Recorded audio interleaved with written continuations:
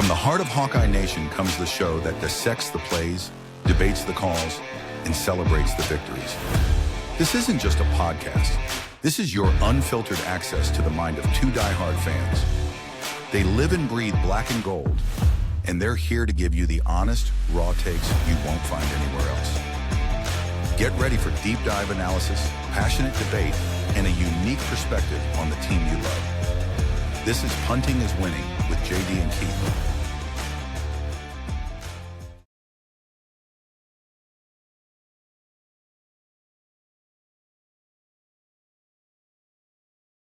Welcome back, Hawkeye sports fans, to another episode of Punting is Winning, the All Iowa podcast. We are your hosts, Keith, and he's JD.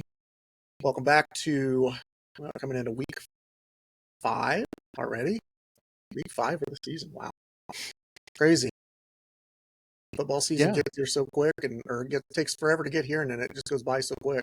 It does, very quick, just like a snap of a finger, and it's over. Well, let's take care of some outstanding business from last week. Last week's question of the week was asked if you had a different outlook on the season after the UMass game.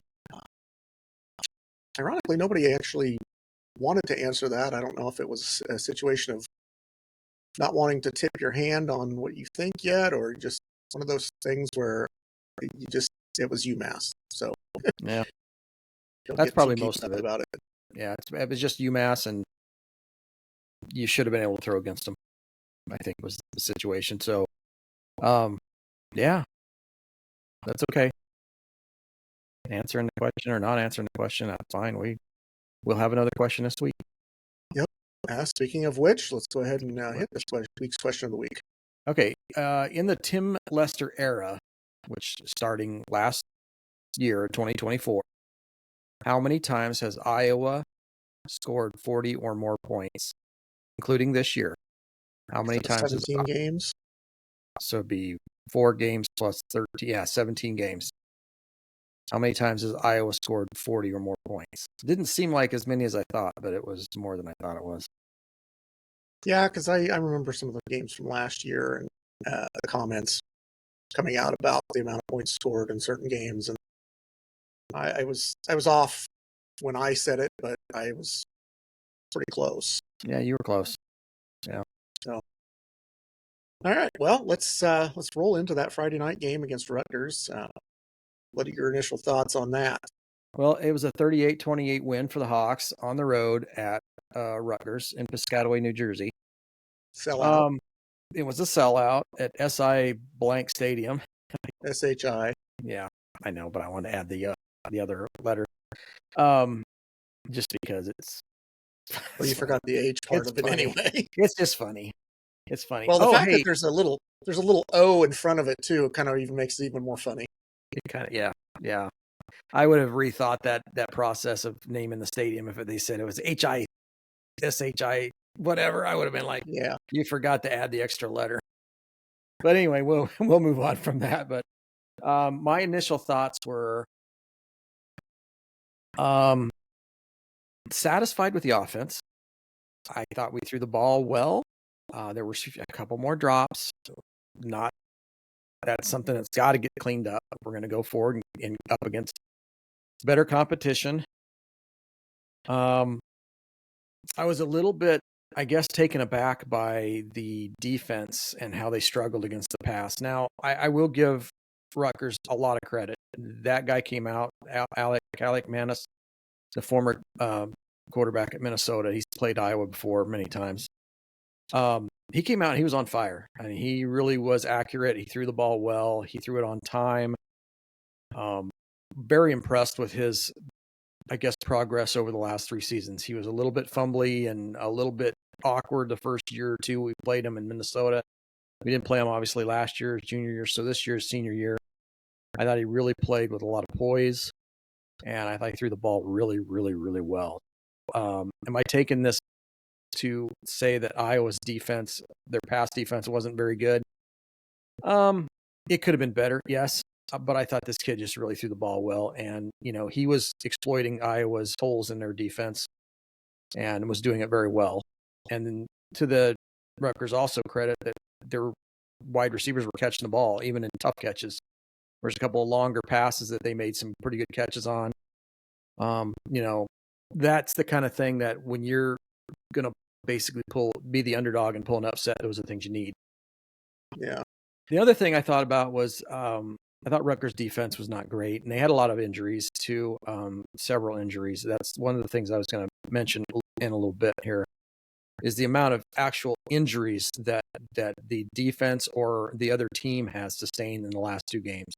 If you remember that Massachusetts game, there were an awful lot of injuries, and culminated by that one with the spinal cord thing, where luckily he's okay and can continue. But there were a lot of guys that were coming off the field after being helped off. Same thing this week. I thought Rutgers had a lot of players that were coming off the field gimpy or having to have timeouts taken for them to get off the field, that kind of thing. There seemed like there was quite a bit of that. That seems like it's an inordinate amount of those kind of things happening in the last couple of weeks. I don't know if it's just coincidence or if it's something else, but I guess Iowa set the tone early when Caden Weegan went 104 yards for a touchdown on the opening kickoff, and really didn't even. I don't think he even got touched. It was just a flat out blow by, and he was gone. Nobody was catching him. But then it seemed like Iowa had the momentum, and the Rutgers quarterback kind of took the momentum back, and they scored 14 straight. And then Iowa came back and ran a ball into the end zone. I believe it was 14-14. And then again, Rutgers went down on their third possession, scored another touchdown, made it 21-14. Then I don't know if Iowa had to punt once or twice, and then they did end up scoring. And then it was tied 21 at the half. And actually, Iowa could have on that punt return, if Caden would have been just cognizant enough to know to step out of bounds with like 2 seconds left, instead of trying to run it in, we could have gotten a field goal attempt out of that. Although lately, I'm not sure Drew Stevens has not been super stellar. I mean, he's gotten it done, but he missed one in Massachusetts game. He missed one Friday night. So that's a little concerning. I guess nobody's perfect. Everybody thinks he's going to be automatic, and he's a senior, and he is a good kicker. Don't get me wrong. I think he's doing great things, and I would trust him to kick a game-winning 50-yard field goal and assume that we're going to get it. I thought the running game was serviceable. I thought the passing game was actually pretty decent. They did what they needed to do, and it was nice to see him throw the ball deep to Dayton Howard, who actually made a really nice catch on that ball in the fourth quarter, I believe it was, kind of to help put the game away, actually to take the lead, I believe. Then the interception, and then they had another touchdown in after that to really put it away. But it was one of those back and forth games, and you kind of felt like whoever had the ball last would probably win it. It ended up not being that way, but I think Iowa just wore them out at the end. Iowa's offensive line was just a little bit better than the defense for Rutgers, and you could tell late in the game Iowa was running the ball pretty well. They were getting 5 to 6 yards at a clip, and they only had to throw the ball maybe on thirds and twos, things like that, short distance stuff. Iowa's defense did once in the third quarter. I thought once Iowa started to rush Rutgers quarterback, and you can see it in the third quarter, they started to bring pressure from the linebacking core. You could see that was really causing problems for Rutgers. They didn't score in the third quarter, or maybe late in the third. They might have got a touchdown, maybe it was the fourth. Nobody scored in the third. Okay, so in the fourth quarter, they did get a touchdown after Iowa had taken the lead 24-21 on the field goal.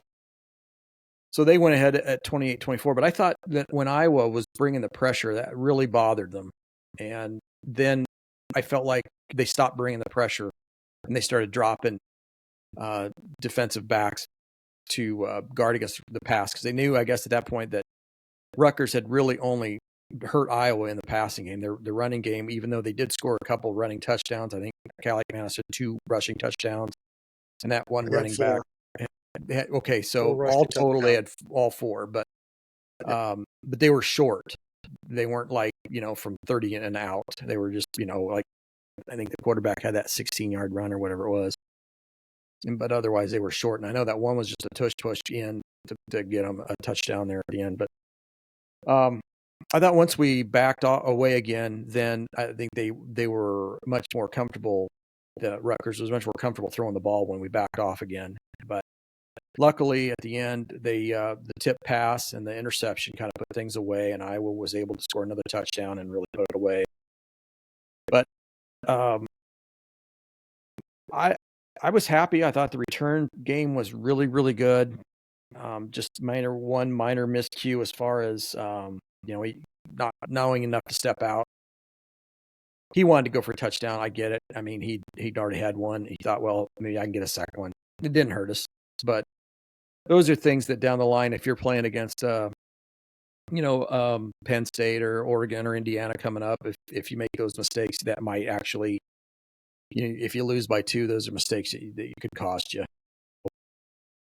I'm sure he'll be more cognizant of that. It's pretty easy to, when you're in the heat of the moment and you're running up the field, to not, you're worried about what's going on in front of you, not what's going on up above at the stadium, knowing what time it is and how much time is left. But overall, I was happy. I'm very, very happy, very satisfied with the offense. I think the defense, not sure if this is going to be a recipe that Iowa's going to see coming up in the next few games, is that they're going to see a lot of passing against them. You look at the success that Rutgers had against Iowa throwing the ball. You kind of wonder if other teams are going to look at that same recipe and say, I think we can throw against Iowa.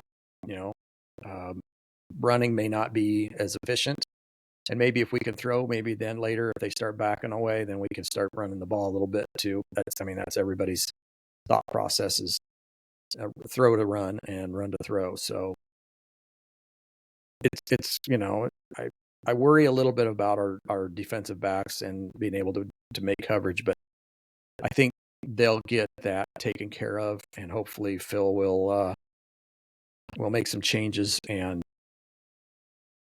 we'll work on that in practice and get that taken care of. Hopefully, I'm not saying it's going to be completely solved, but sometimes you just have to tip your hat to the other team and say, congratulations, that was a great throw and a great catch, and move on. I don't know. What were your thoughts? I think that the very first pass that we made was pass interference, and I probably should have caught that one to Seth Anderson. That should have been called. He got him right in the kind of clocked him right in the head. That's the ball right before the ball got there. But you take that one and you take the one to Sam Phillips that was just a flat out just a drop. You add those two in, instead of being, even let's say you take the one out for pass interference, he's instead of 12 of 18, he's 13 of 17. He's probably over 200 yards. Yeah, I know the bar at 200 yards is set pretty low. However, watching some of the other games this weekend, there were some guys that were stellar quarterbacks that weren't lighting the world on fire by any means. I think the one kid from, trying to think of where it was from, threw into the third quarter, had only thrown for 78 yards. And you're talking about maybe that Clemson kid? No, it was a later game, or it was the Utah quarterback. Oh yeah, the game against Texas Tech. I think he was at one point it was 12 of 19 for 78 yards. So, and I think part of that is the new college rules of the running clock. Instead of you get out knocked out of bounds, clock stops. That does tend to, for teams that are more ball control style of teams like Iowa is, where you're trying to limit possession, so you're going to have smaller or shorter stat lines when it comes to passing, rushing, whatever. Because this game against Rutgers, you ended up with, I think the time of possession, Rutgers had just about a 35, 40-second edge by the time the game was over. But I think when all was said and done, had ran 22 plays more than Iowa. So, right. And that's not to say that Iowa wasn't efficient in what they did. It's just that's how they are. I think they ran 50 plays total. I know that Iowa had 22 first downs, which was more than Rutgers had. Yeah. So I mean, I take stats a lot of times anymore with a grain of salt. I look with my eyes and don't look at the box scores as much. 186 yards on the through the air was enough. Yeah, I know people are going to say that's not going to cut it against other teams, and that's probably the case. But I think what you saw was, the defensive line in the pass rush in the first half was just a fraction of a second late. So he was able to have that time to find the receivers, get them open. If he wasn't doing that, he was throwing like quick timing patterns. So getting rid of the ball quick. So bringing that extra pressure was that's the halftime adjustment Phil needs to make. And he knows that. He's like, okay, we'll bring more pressure this time. And you saw what it did. You held him to 7 points in the second half and only had really one drive that actually looked good. Maybe two, because I think we had the block field goal in that second half as well. But it was classic Iowa of they ran the ball effectively. They threw the ball. In this case, it's not classic Iowa. They threw the ball effectively, but didn't speed the game up on their side like you'd expect. That's that catch-22 of you want to go faster or you want to throw the ball more, but you run the risk of allowing the other team's offense to be on the field more, which in this case, yeah, they were. They were on there for like 22 more plays. But I think once he realized after that first quarter, he's like, I need to slow down. We need to slow down and we need to take our time, not necessarily milk the clock, because I'm not saying that, we were down. So it's not like we were trying to run the clock out on a 7-point lead or anything like that. But he was seeing, this is what they're doing to me. I'm going to try to limit my possessions, which is classic Iowa. You know that. If you've ever watched Iowa over the last 27 years, that's what's going to happen. But they demonstrated the fact that if they need to throw it and they need to score quickly or have a less time-consuming drive, they can do that. And that's all we've asked for as fans, is to be able to show that. We don't necessarily have to have it. I mean, I would be fine honestly, I'd be completely fine if Iowa went out there and ran 60 times and threw the ball 10 and won the game. Rushed for 300 yards and threw the ball for 100. I don't care how they do it. But in this sense, this game was a lot more exciting and a lot more engaging for me than a normal Iowa game has been.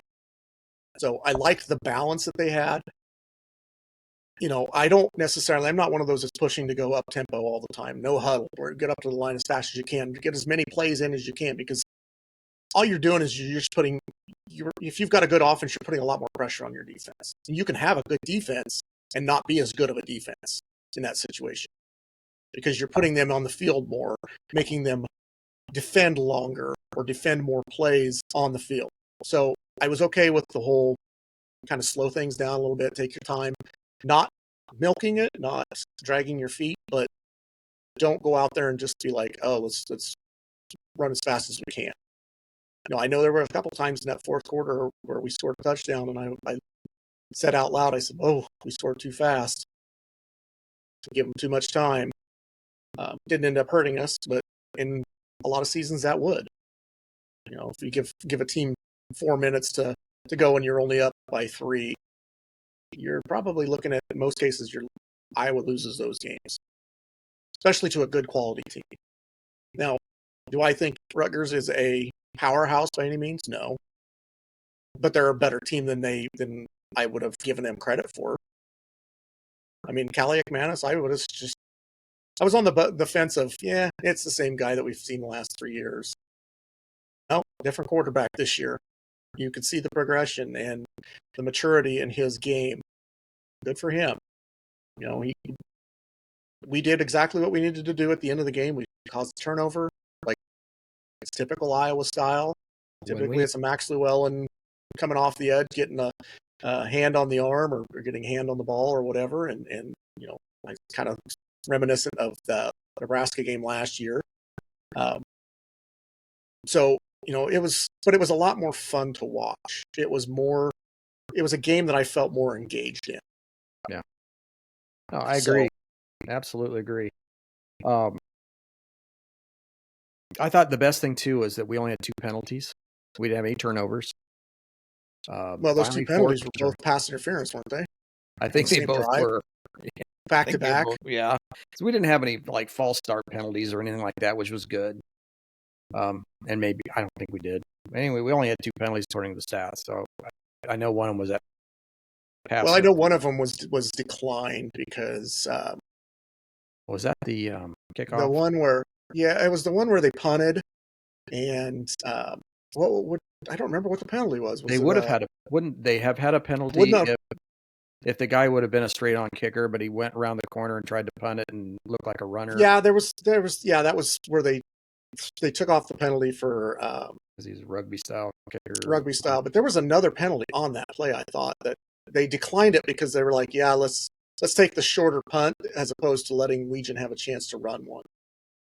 I don't remember exactly if it was that one or which was one after that. I mean, quite honestly, in that whole sequence on that rugby punt, that one of those guys coming off the edge just absolutely got tackled. So you could have called a holding on the punt or on the punt team. So, there was a lot of things. I thought the officials were not very good, but they were not very good both ways. It wasn't like they were overly consistent for one team or the other. They just weren't that good. They let a lot of things go. I didn't probably really should have have been a problem. I didn't really have a problem because they didn't inject themselves into the game like a lot of them will. Right. Yeah. So it didn't slow the game down even more. So it just, there was a lot of things that was missed, both sides. So as long as you're consistent. The overall grade, that's bad, but in the sense of it didn't benefit one team over the other, then it's fine. As long as officiating can be bad, as long as it's bad both ways. I don't care. It wasn't like the Oklahoma-Auburn game where they completely blew that call.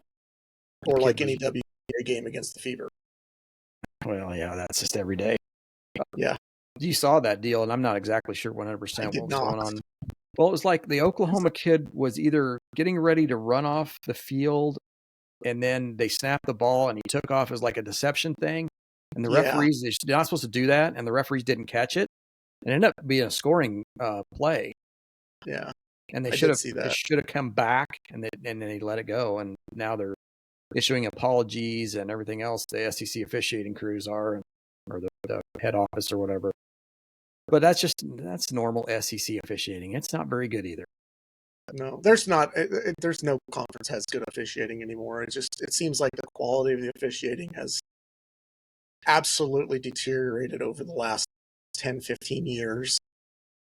Well, you think it has anything to do with gambling? Probably. Either that or it's just the game is so much faster and so much there's so many different nuances now. You think back to when we were watching in the Hayden Fry era.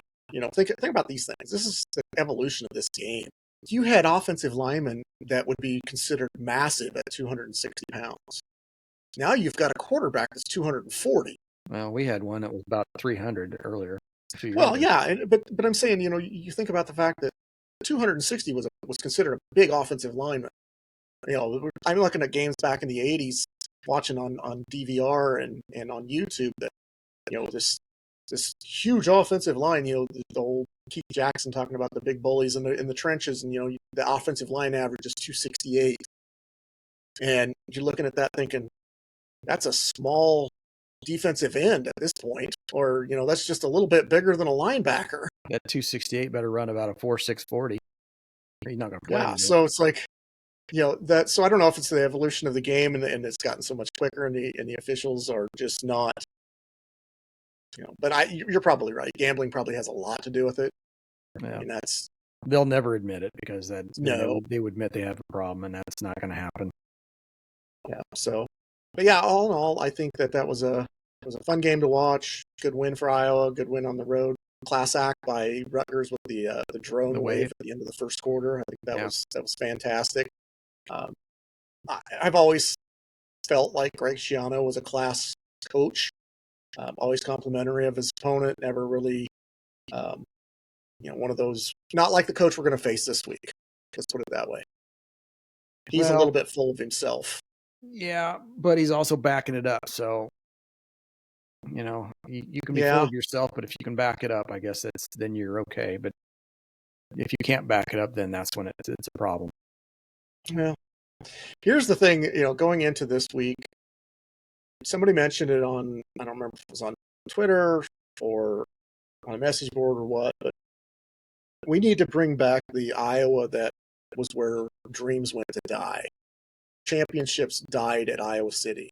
You think about 2008 Penn State, 2016 Michigan, 2017 Ohio State. We need to bring those times back where we're big underdogs, but we play Iowa football, we do the things the right way, and we win the game. It's going to be a tall task this weekend, I think, because I think Indiana's a pretty powerful team.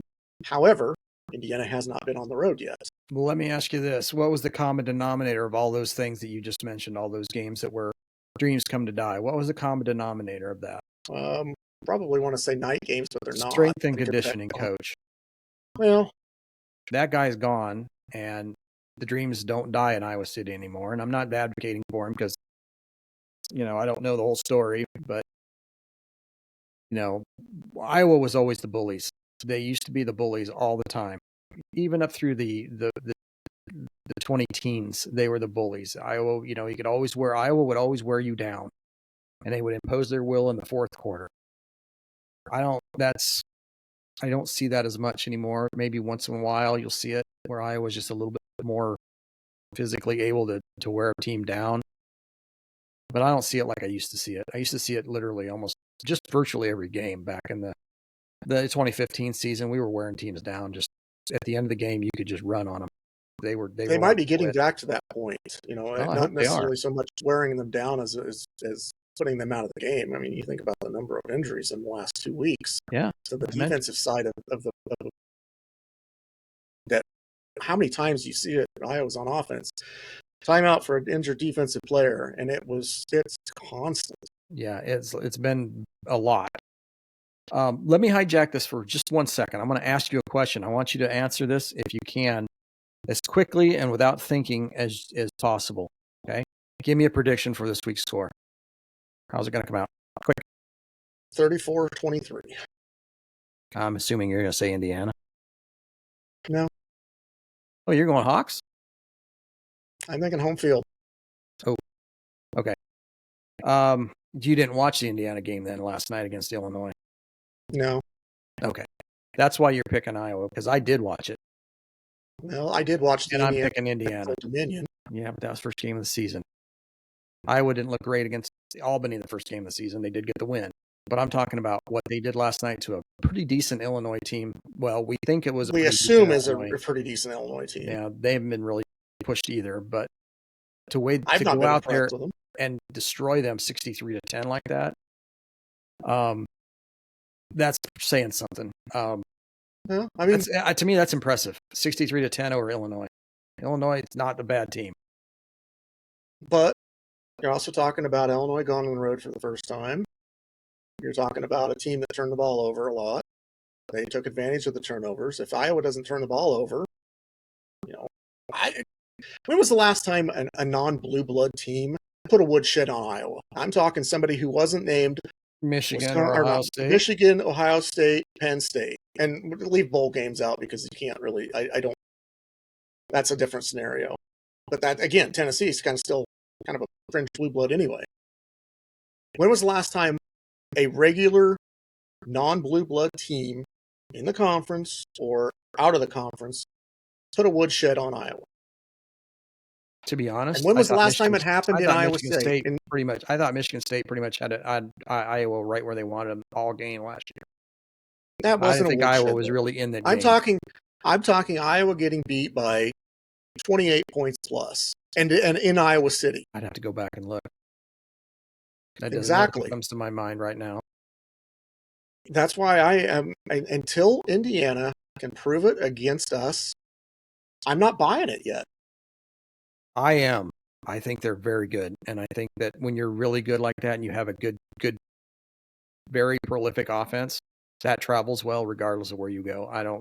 I realize, yes, this is their first road trip of the season. They've had 4 games at home. I still think with Iowa's struggles with stopping the pass against Rutgers, I think they're going to be even better. at Indiana. This Mendoza kid is the real deal. He looked really good last night. And if he can look as good as he did against Illinois, against Iowa, I don't have high hopes. I really don't.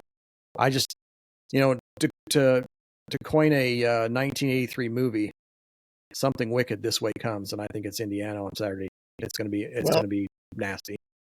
I'll throw a cliche in there too. You're never as good as your best game, and you're never as bad as your worst. Yeah.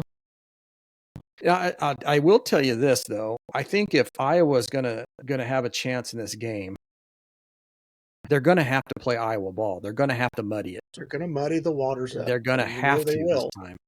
There's some games when I say you don't want to do that, but I think this time with Indiana as prolific and as quick strike as they are and can score points in bunches, the best thing they can do, Iowa can do, is go out there and limit possessions, hold on to the ball as long as possible, try to score anything every time they go down. If it's 3 or if it's a 7, they need to make the best thing Iowa could do would be to take the opening kickoff and go 17 plays, 9 minutes, and score a touchdown. That's the best thing they could do. If they do that, then I'm thinking, yeah, maybe we got a chance at this. But if they go out 3 and out and Indiana goes down and scores in 3 plays, it might be Katie bar the door. It's over. I mean, this team is just one of those kind of teams. This Indiana team. They're not going to slow down. They're not going to stop. They're going to play football to the very end. Curt Cignetti runs 73 up on Indiana State. It doesn't bother him to score points. He will run it up if he gets the opportunity. And he'll just say, well, we're just playing football. We're just playing football. I'm not going to take the opportunity to pull the rug out from underneath these kids that have worked their tails off to limit them to what they can do. I don't think what he'll do is I don't think he'll run the score up on you, but I don't think he'll stop playing football either. Well, we'll agree to disagree on our outlook of that. But I think, the fact that Iowa has a mobile quarterback will be to an advantage. And Illinois doesn't have that. Altmaier's not a scrambler. He's a drop back passer, and they put pressure on it. If you want to put pressure on a scrambling or a mobile quarterback, he's just going to take off up the middle. If you want to play man and put pressure up, from the linebackers, that's going to open up the quarterback run all game long. So I think there's ways to exploit what they did against Illinois to take advantage of that. And the fact that they showed it against Indiana, or against Illinois, I'm sorry, will be to an advantage that Iowa has. They've now seen it. They know what to look for. The fact that Indiana put 63 points on a top 10 team will get Iowa's attention enough. Well, they should have had Iowa's attention from day one. Well, let's just say had that game been close, let's say it was a 27-24 game. Would you have paid attention to it as much? Exactly. And as a coaching staff, would you have probably put you're going to put effort into it. Don't get me wrong. I'm not saying that the coaches don't put effort into the game plan or whatever, but you're going to put extra effort into a game where this team is coming off of beating a conference opponent 63-10. Now you've got my attention. You've got my attention a lot more than you would have if you'd have beat them by 3, and it would have been a 27-24 game. Yeah, there needs to be bulletin board material up sitting there saying 63-10 everywhere they guys turn, because that's going to have to be something that they're going to have to be cognizant of, is they're going to have to play their tails off this weekend to win this game. I'm telling you, this is a good Indiana team. This is a team that I thought that, may not be as good as they were last year, but I think they might be better, to be honest. I looked at them and I watched them last night, and they were really solid everywhere. Their kickers are perfect on the season, 30 of 30 of extra points, 3 of 3 field goals. Their punters only punted 1 time for 47 yards. I mean, that's 4 games, 1 time he's punted. And he's also an Australian, by the way. I don't know if that's just the thing now. Everybody has an Australian punter. Well, you want to be a punter. Hey, people, if you want to be a punter in high school, just move to Australia for a year and learn the language. Even though it is English, it still sounds different. And then come back and you can be an Australian punter, because they'll covet you, even if you are an American. Well, and here's the last thing I'll say about the whole Indiana thing is, he's punted 1 time, and I'll give him all the credit in the world, 63-10 over Illinois. Prior to that, did they play anybody really with a pulse? I mean, they beat Old Dominion 27-13. That was a close game against an inferior opponent. Yes, I get it. First game of the season. Iowa didn't play all that great against Albany. Well, This is also Indiana going on the road for the first time. I realize that their 4 opponents other than Illinois their 3 opponents prior to Illinois have not been great. But here's what they've done. They've scored 219 points and given up 33. That's How many points did Iowa give up in the 3 opponents prior to Rutgers? They're non-conference. 7, 13, and 7. Yeah, 27 points. I mean, Yeah. You can play the what ifs all you want. I mean, But you can't take Rutgers out of that situation because they had 33 in 4 games, and you're talking about 27 in 3. So you add the 28 on, and now you're talking apples to apples. so they've given up 33 points all year. Yeah. I thought you said that they were prior to the Illinois game that the 3 opponents that they played. No, Yeah, all they 4 gave up games. 33 points. No, I said I realized that the 3 opponents prior to Illinois weren't very good, and they've outscored. So what's the scores? You've got a 73-10. It was 27-14 over Old Dominion, 56-9 over Kennesaw State, 73-0 over Indiana State, and now 63-10. That's 219 points for and 33 against. I was under the impression you were saying that those were the 3 opponents that they played prior to the Illinois game. Had they given up 33 points with Illinois? Okay. Again, I think Rutgers is probably a better offensive team than Illinois is. Illinois is supposed to be predicated on defense. That's kind of scary, but I think a lot of that had to do with the fact that it was that scenario like Iowa has faced over the last few years, turning the ball over deep in their own territory, punt returns for touchdowns, block punts, that kind of stuff that snowballed on them. And unlike a good team, I look, based on, and again, I did not watch the game. I will admit that, but from things that I've read, it's once that game got to be about 35-3, you could just see Illinois just wasn't in it anymore. They didn't care. Yeah, they knew they were beat 35-3. Well, yeah, but how did it get there? There was a block punt. Yeah, I get it. The offensive explosion, whatever. And I'll get eviscerated in the comments of how I'm being optimistic about it. But I'd rather be optimistic about it than go into it going, well, we're going to get beat by 40. Because everybody said the same thing when we played Iowa State. Yeah. Did we lose? Yeah. We lost by 3. Well, and let me tell you, a game that we probably should have won. Let me tell you the stats on this quarterback that's coming in. He's 76 of 99 for 975 yards in 4 games. He's passed for 14 touchdowns. That's impressive. I don't care if it's against the nuns at the convent. It's still impressive. They've got 3 running backs that are over 200 and 220 yards of rushing. One runs for 50. Roman Hemby, you remember him from last year? He's rushed 50 times for 265 yards, and then there's the Kalen Black that has 44 rushes for 306. He scored 2 TDs, and then there's a Kobe Martin, 25 rushes, 222, and he scored 4 TDs. So their receiving core is out of this world good. Omar Cooper, 19 receptions, 377, 5 TDs. Elijah Surratt, 24 receptions, 256 yards, 5 TDs. EJ Williams. I mean, you don't see Iowa's wide receivers looking anything like that. You know what? Cancel the game right now. They've won it on paper already. No, I'm not saying that. I'm just saying, you've got to have tempered expectations because you're not playing Rutgers, you're not playing Albany, you're not playing Massachusetts anymore. You're playing the big boys now. This is a good team. This is a team that Iowa has not seen yet. I guarantee you, Indiana, if they played Iowa State, would roll Iowa State by 40. That's how good these guys are. On paper, yeah, absolutely. Oh, you'll play it on the field. We will find that out on Saturday. We will. We'll find it out on Saturday, won't we? And I'm sorry, I have a hard time thinking that Iowa is going to stay in this game much past the third quarter. If they could stay in the game to the third quarter, they might have a chance. Okay. I just think Indiana is really that good.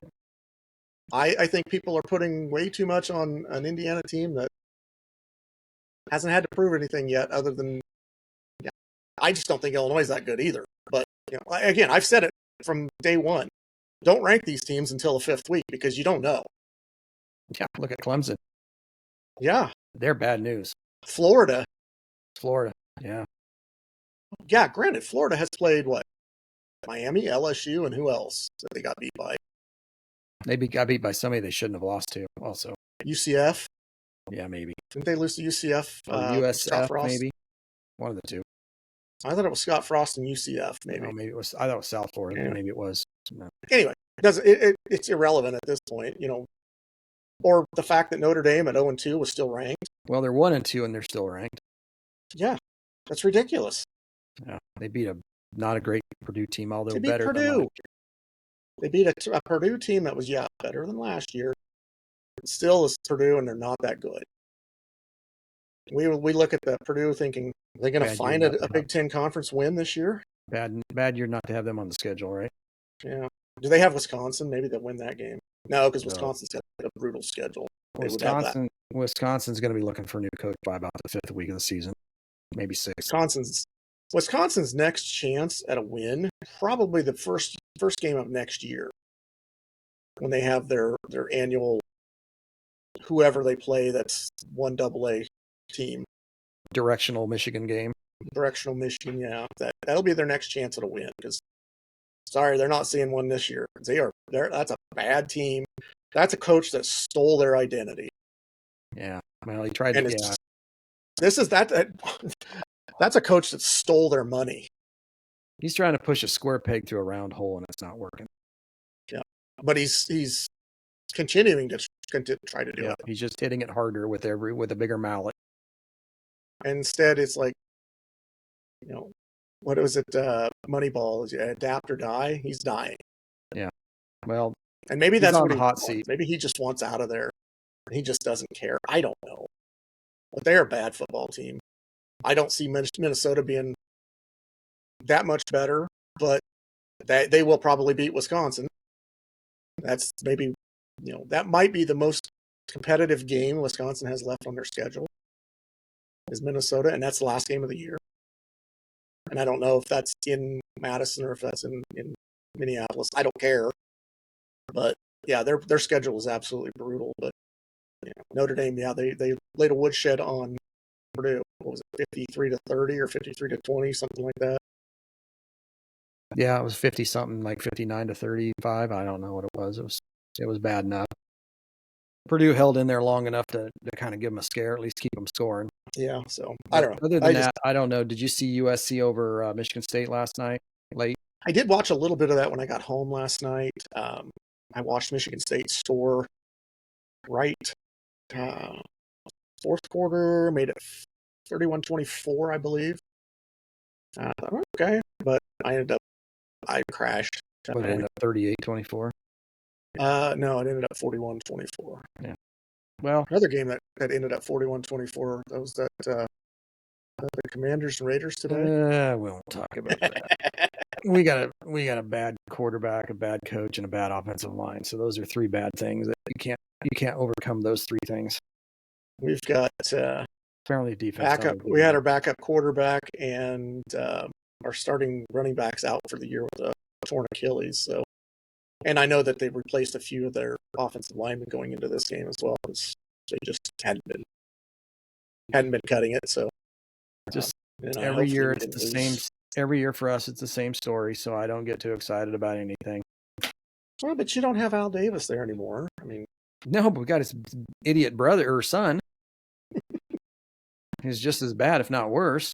Probably worse. But you've got Pete Carroll now, so big deal. And Chip Kelly has been. Here's the problem with the Raiders, and I don't want to hijack this, but here's the problem with the Raiders.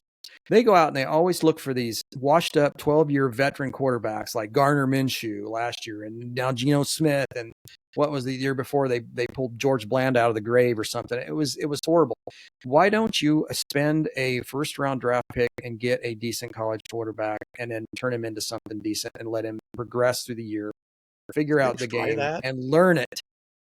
And then you maybe in 3 years can have a quarterback that's actually worth something instead of going out and doing these 1-year experiments. I thought they just drafted one like 2-3 years ago that was supposed to be the second coming or something. I can't remember the last time they drafted a quarterback in either the first or second round. Jamarcus Russell back in, 2006? Well, that's 2006. Yeah. That's the last time I remember them drafting a quarterback, and that really did not end up well. I don't think that kid could read. Yeah, probably. He was decent. I mean, they just were in the playoffs 4 years ago. Yeah, See, so there you go. That just proved my point. What, that they That they don't have a quarterback? that they drafted a quarterback, Derek Carr, and he led him to the playoffs, as opposed to just getting some washed up veteran that probably has had more surgeries than. I tell you what, that's been Moynihan Washington's MO emergency. for the last 10 years until we got rid of Dan Snyder as the owner. And then it was all of a sudden, oh, hey, let's bring some actual young kids in here that know how to play ball, and get a new coach that's got a fresh mind on things. And they're a lot better team than they were in the last 10 years. And we did the same thing, trying to pull in the kid from South Dakota or North Dakota State. What was his name? Was with the Eagles. No. God, we just talked about him yesterday. I don't even remember. They had Alex Smith in there at one point. They've gone through so many starting quarterbacks. I think Alex Smith might have been one of those washed up veterans that the Raiders tried. Well, I know we got him in Kansas City right after, and then he had that really bad break in his leg. He basically had the Joe Theismann break. Sounds like a perfect Raider quarterback. Yeah, maybe he'd come out of retirement. Get him some crutches and throw him out there. Yeah, I mean, I watched a little bit of that today too, so it was about as ugly as you expected it to have been. But big plays too. Yeah, big rushing, big return. There's good return on the kickoff. There was a punt return for a touchdown. There's a 60-yard rushing touchdown. So after that, I mean, the Raiders actually played them even. So next Saturday, we have a 2:30 game. It's on Peacock for everybody who doesn't know that. Unfortunately, some of you don't have Peacock, but there's always WHO or some affiliate that will have the Iowa game on the radio. It's always on the radio. If not, there's an app called Varsity, and that plays most everything. So I listened to a lot of games on the way. But Varsity's audio out of town yesterday. What's that? Audio only. No. At least you can get WHO somebody else. radio would be audio only too. Yeah, but you can get somebody else's. Like if you go on Varsity, you can get like the actual Indiana broadcast of it, right? As opposed to the Iowa. If you don't want to listen to Gary Dolphin or whoever they have that's broadcasting it from whatever station. Yeah, I actually listened to Learfield's. Was it Learfield? I think it was broadcast of the Nebraska Michigan game. Yeah. When I was driving yesterday, much better than having to listen to the hometown guys blow about how great each of their own home teams are. And you expect that. I mean, this was just a national audience. So it's nicer to be able to listen to it as a an unbiased announcing crew. So, was there anything over the weekend that surprised you from college football? Clemson getting boat raced at home against Syracuse. Was it at Syracuse, or was it at Clemson? Okay, I thought the Texas Tech over Utah was a little easier than I expected it to be. That final score actually was not really as indicative as how close that game was. Tech's a good team. At least 3.5 quarters. Yeah, I think Tech might be a playoff team if they continue it. Ironically, Tech looked better when the backup quarterback came in, and Morton got hurt. He got rocked. I'm sure he had a concussion, maybe a little whiplash on that too, because he got hit on a quarterback run. I don't know if you saw that game or not, and his head snapped back and smacked off the turf. He didn't come back out, and of course the backup then came in, and I think it was 10-3 maybe at the time, because I think it was second quarter, maybe early third quarter. 10-3 for a long time. But yeah, that backup quarterback, he throws a really nice pass.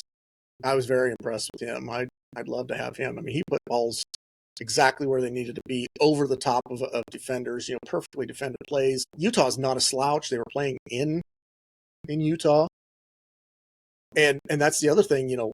Kudos to Texas Tech, because that was technically a 10 a.m. kickoff for them. So, that's out there. It's 10 a.m. Yeah. I mean, your body clock is a little different when you're playing. Getting up and playing a game that starts at 10 a.m. in the morning. Maybe like going to the West Coast and playing the big noon game. Yeah. No. Anyway, Yeah, it was very good. It was a good game to watch. I did watch most of that. I think comment on Michigan, Nebraska. um, I think Michigan honestly, is. I think Michigan is better than I thought they were, and I think Nebraska is not as good as I thought they were.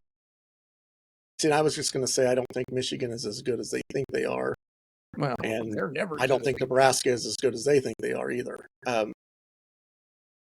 Michigan Patrick probably should have Mahomes won threw the that ball game. pretty well. Mm, Hey, that last that throw at the into the half. first half. Yeah, How do sometimes you give up better to be that? lucky than good. But you also got to consider, and I'm not making excuses for this, but Michigan was with their interim coach as well. Now, Still granted, that 2-0. probably shouldn't make any difference. No, he might be a better coach than what they got. Could be. Very easily could be. It was, again, another entertaining game to listen to, at least. One thing I didn't really think was really all that. I think something that happened more of the rankings. I don't think that Miami of Florida should have jumped over Penn State because Penn State didn't play. So they put a lot of credence on a win over Florida, which is now what, 1-3. Yeah. I know we've talked about this so many times, but they just put too much emphasis on, well, this team should be good. I don't know if they should be good or not. You don't know if they actually are. Florida State went 13-0, loses their bowl game because, half the team. They're mad because they got left out of the playoffs and they didn't have a quarterback. The next year they win 2 games. They started the season ranked, what, 4th? Yeah. So you're making assumptions on, this quarterback's supposed to be great. Well, yeah, the quarterback might be decent, but what if the rest of the team around him sucks? Well, that quarterback isn't going to be able to, that's not going to make any difference if the quarterback's all world if the rest of the team sucks. We've got a game coming up this weekend besides Iowa. That might be the game of the year so far. Oregon Penn State? Yep. Yep. That's going to be a slobber knocker. That's in Happy Valley, right? I believe it is. So Penn State has not played on the road yet, right? I don't believe so. Okay. And Oregon will now have played their second game on the road. Did they play Oregon at Northwestern? This weekend? They played at Northwestern. Mm-hmm. But I think they played. Did they play at Oregon State? Yeah, I don't know. Did they play in Corvallis or not? I think they did, because I started to listen to a little bit of that game as well. I think as soon as I turned it over, Oregon scored a touchdown right away. It was like 28-7. It's like, yeah, well, they took care of this over. Like they should have. Yeah. And I mean, Oregon State's not a good football team. Nobody in that Pac-12 is a good football team this year. Let me rephrase that. The original Pac-12 that's left, Washington State, Oregon State. I don't really haven't paid attention to San Diego State's a pretty decent team. I listened to that on the way home last night against Cal. A Cal team that pretty much had their way with Minnesota, in my opinion, after I watched that game. And here's San Diego State beat them 34-0. And I know Cal, their Twitter account posted that all flights from San Diego to Oakland had been canceled, and the team and coaches all had to walk home. And that was posted by their official football account. So, that was not close. I did listen to a little bit of Colorado and Wyoming. That wasn't overly close. There just wasn't a whole lot of really good games to listen to. It was. I don't remember. It was 30-13 or something like that at one point. And Colorado State didn't. I listened to that against who did they play? Not that it matters. They couldn't move the ball either. I did listen to a little Fresno State and Hawaii. I mean, it was like midnight when I was on my way home, so I had nothing else on the radio, so I was listening to whatever games I could find. I really wanted to listen to that USC Michigan State, and for some reason that one was not on Varsity Network at all. That's the one I wanted to listen to. So, go figure. All right. Anyway. Well, let's finish it up. Yep. Let's wrap it up on that.